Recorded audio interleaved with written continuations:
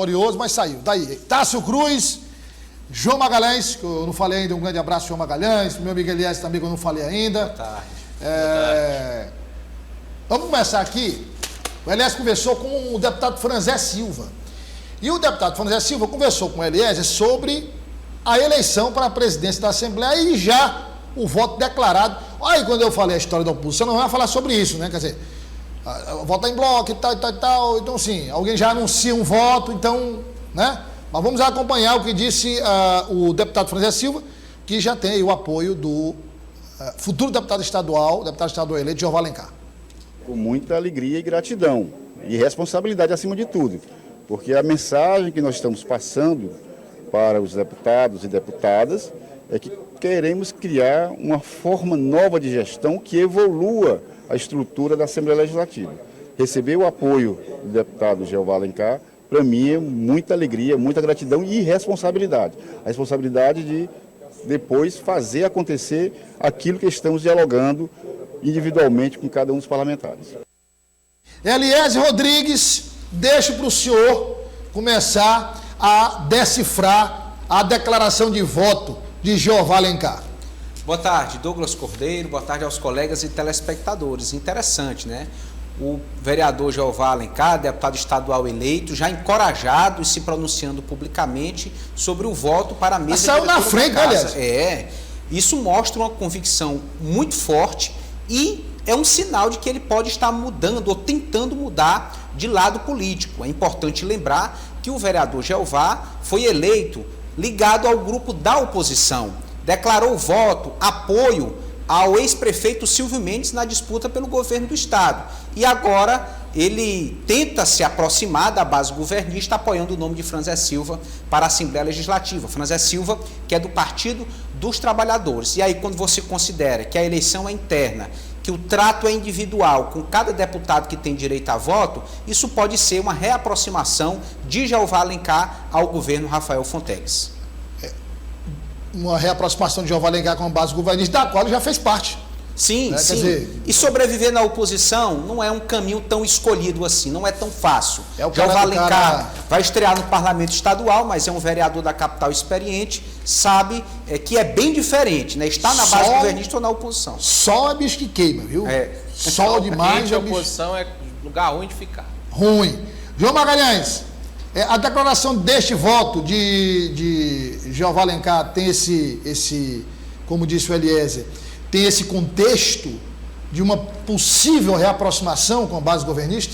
Tem sim, Douglas. Boa tarde para você, boa tarde a todos. E é claro também que traz algumas consequências. Primeiro, ele encerra essa história da oposição votar em bloco, porque mesmo que o grupo de oposição... Então, para você, isso aí está encerrado. Né? Acabou. Porque mesmo que a oposição entenda que vai votar em Franzé, mas Jeová, vamos dizer assim, não respeitou esse entendimento do grupo. Então, não existe mais essa história da oposição votar em bloco. O progressista, sim, pode até votar em bloco, o que é difícil, mas a oposição não. Outra questão... Aí você já tira também, você está falando aí, você já tira também do contexto o deputado Evaldo.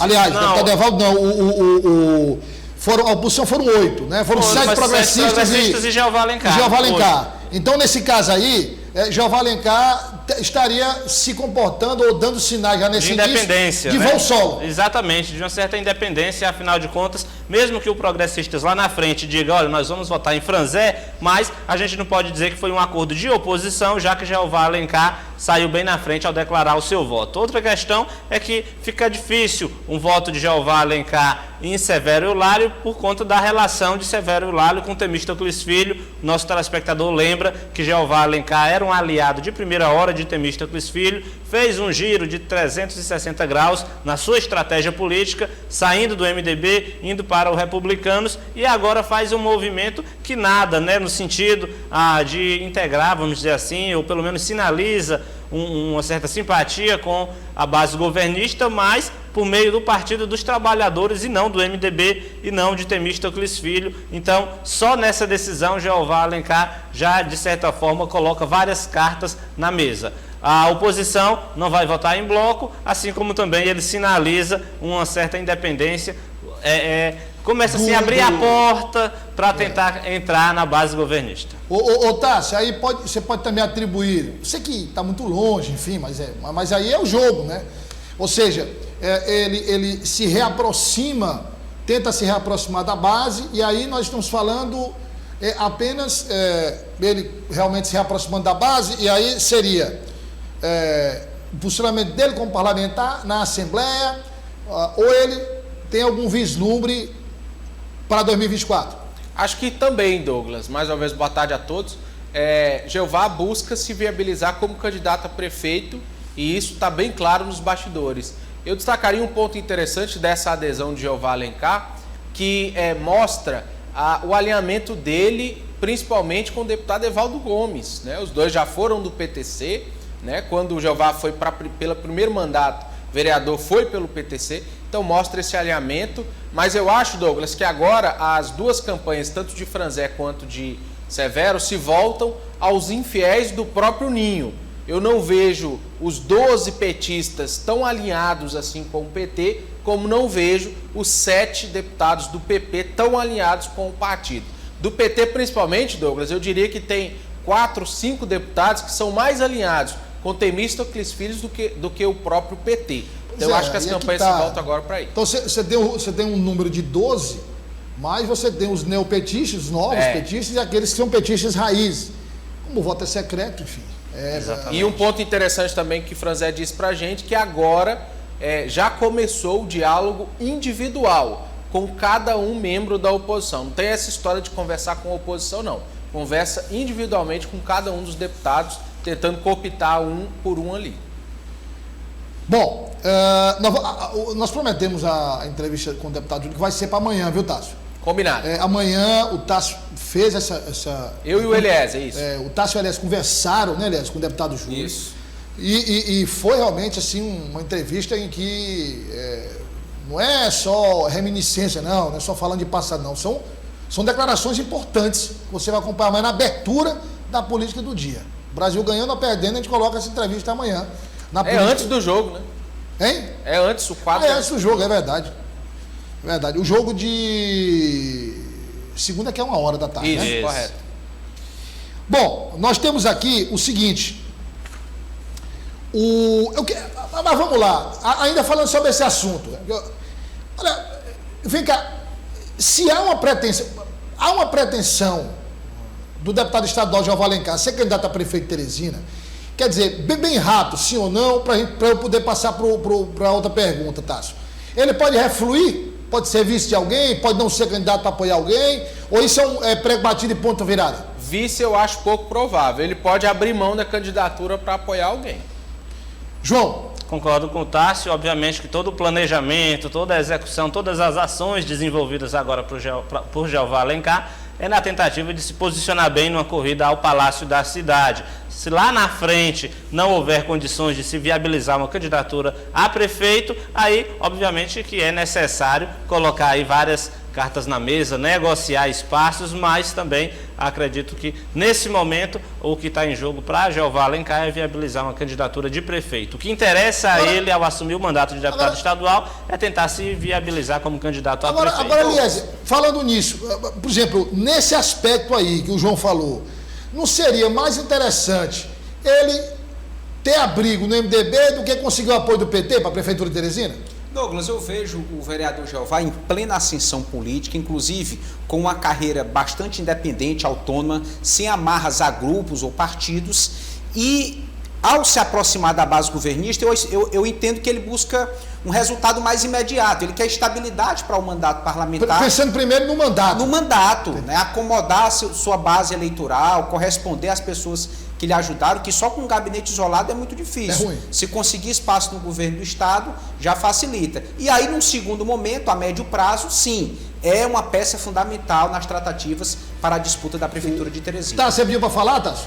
Não, amanhã a gente traz os detalhes. Não, eu só queria saber de você o seguinte, você acha que dura até quando essa proximidade dele com outra pessoa? Porque tem data de validade, né? Eu acho que dura até fevereiro de 2023. Não, vai lá, até fevereiro de 2023, né?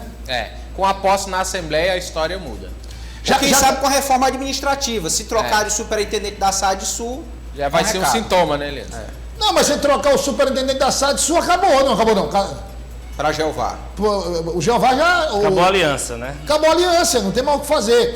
Outra coisa que eu queria saber de vocês, enquanto der tempo, se quiser, que a gente vai ficar até 5 horas, não tem problema nenhum. O assunto tá bom demais. O seguinte, o que é que vocês apuraram de novo sobre essa conversa, esse pleito dos vereadores, o posicionamento de Dr. Pessoa, Tássio, sobre as propostas dos vereadores na Câmara? Ele vai peitar mesmo, vai vetar? Como é que tá, que peitar essa questão no momento?